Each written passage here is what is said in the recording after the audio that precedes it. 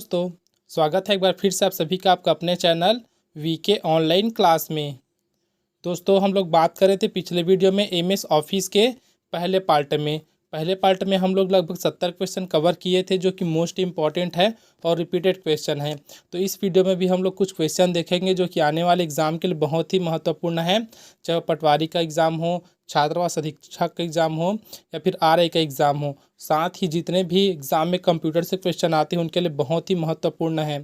तो दोस्तों, अगर आप लोग हमारे चैनल में नए हैं तो चैनल को जरूर सब्सक्राइब कर लीजिए, साथ ही बेल आइकन प्रेस कर दीजिए ताकि आने वाले वीडियो की नोटिफिकेशन आपको मिल सके।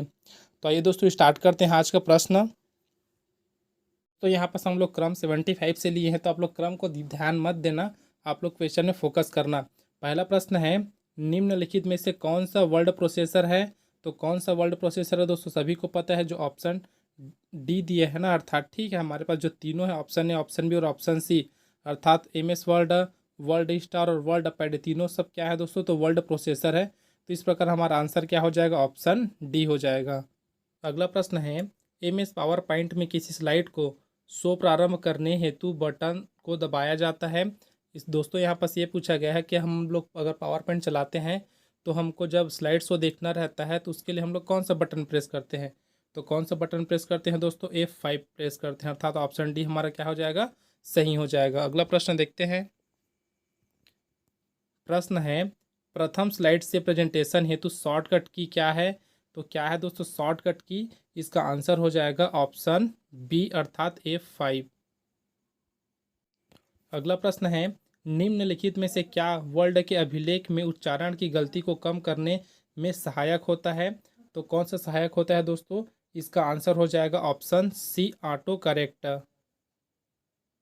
अगला प्रश्न है, निम्न में से कौन सा वर्ड प्रोसेसर है? ऑप्शन ए दिया M S word, option B है पास्कल, ऑप्शन सी है लिनक्स और ऑप्शन डी है कोबोल।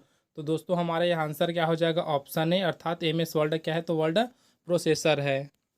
अगला प्रश्न है दोस्तों, इनमें से कौन सा M S office package program नहीं है? कौन सा नहीं है? ऑप्शन ए दिया M S word, option B है M S excel, option C है पावर पॉइंट और ऑप्शन डी है वर्ल्ड पैड। तो इस प्रकार इसका आंसर हो जाएगा दोस्तों ऑप्शन डी, वर्ल्ड पैड।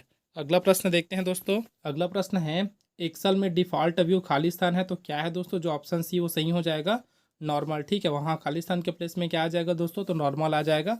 अगला क्वेश्चन देखते हैं दोस्तों। अब प्रश्न है, एम एस एक्सेल सॉफ्टवेयर के सेल में एक फार्मूला लिखने हेतु खाली स्थान चिन्ह का प्रयोग होता है। किस चिन्ह का प्रयोग होता है दोस्तों, हमको यहाँ पर ये पूछा गया है। तो इसका आंसर है दोस्तों ऑप्शन डी, बराबर का।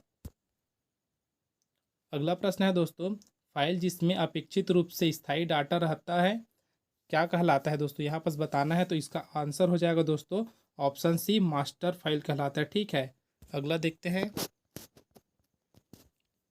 प्रश्न है, एम एस वर्ल्ड कितने प्रकार के पेज ओरिएंटेशन उपलब्ध करता है? कितने प्रकार के करता है दोस्तों? इसका आंसर हो जाएगा ऑप्शन बी, 2 प्रकार के। एक तो हमारे पास जो ऊर्ध्वाधर रहता है वो है, और दूसरा क्या है दोस्तों, तो क्षैतिज रहता है वो। ये दो क्या है, पेज ओरिएंटेशन है। अगला प्रश्न है, सर्च बार में वर्ड टाइप करने के बाद हमें जो साइट का लिस्ट मिलता है वो खाली स्थान कहलाता है। क्या कहलाता है दोस्तों? इसका आंसर हो जाएगा ऑप्शन बी, की फ्रेज कहलाता है। ठीक है दोस्तों, क्या कहलाता है, तो की फ्रेज कहलाता है। अगला प्रश्न है, ज्वाइंट फोटोग्राफिक एक्सपर्ट का उपयोग खाली स्थान को संकुचित करने में होता है। तो किसको संकुचित करने में होता है दोस्तों, तो इमेज को संकुचित करने में होता है। अगला प्रश्न है, मल्टीमीडिया का एक दोष है, तो मल्टीमीडिया का क्या दोष है दोस्तों, यहाँ बताना है। 4 ऑप्शन दिया उसके हिसाब से। ठीक है, तो इसका आंसर हो जाएगा ऑप्शन ए, कास्ट।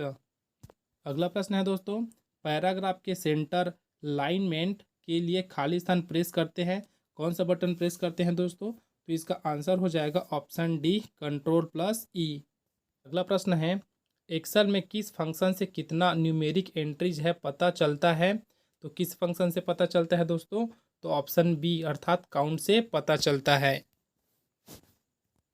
अगला प्रश्न है, नया प्रेजेंटेशन खाली स्थान से बना सकते हैं, किससे बना सकते हैं दोस्तों? तो ऑप्शन डी दी है, अर्थात उपरोक्त सभी ऑप्शन ए, ऑप्शन बी और ऑप्शन सी तीनों से हम लोग नया प्रेजेंटेशन बना सकते हैं।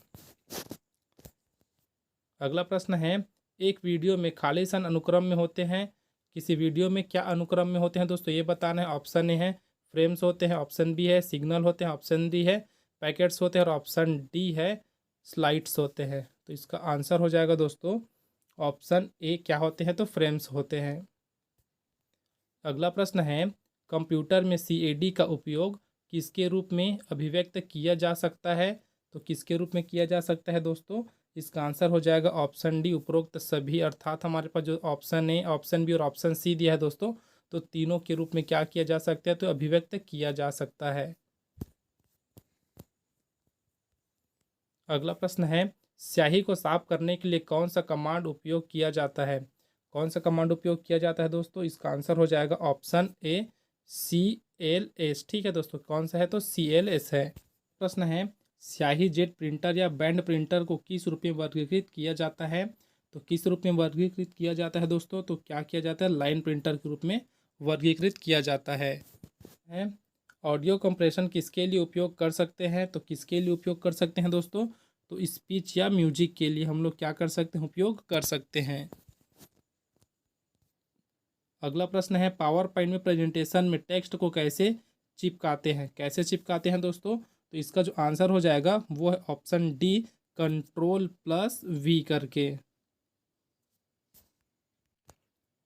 अगला प्रश्न है निम्न में से कौन सा मल्टीमीडिया सिस्टम का एक विशेषता है? ठीक है दोस्तों, मल्टीमीडियम जो सिस्टम है उसकी विशेषता हमको बताना है। जो चार ऑप्शन दिए उसमें से कौन सा है? तो इसका जो आंसर हो जाएगा दोस्तों वो है ऑप्शन सी, उपरोक्त तो दोनों, अर्थात हाई स्टोरेज और हाई डाटा रेट से। ये क्या है दोनों? तो मल्टीमीडिया सिस्टम के विशेषता है।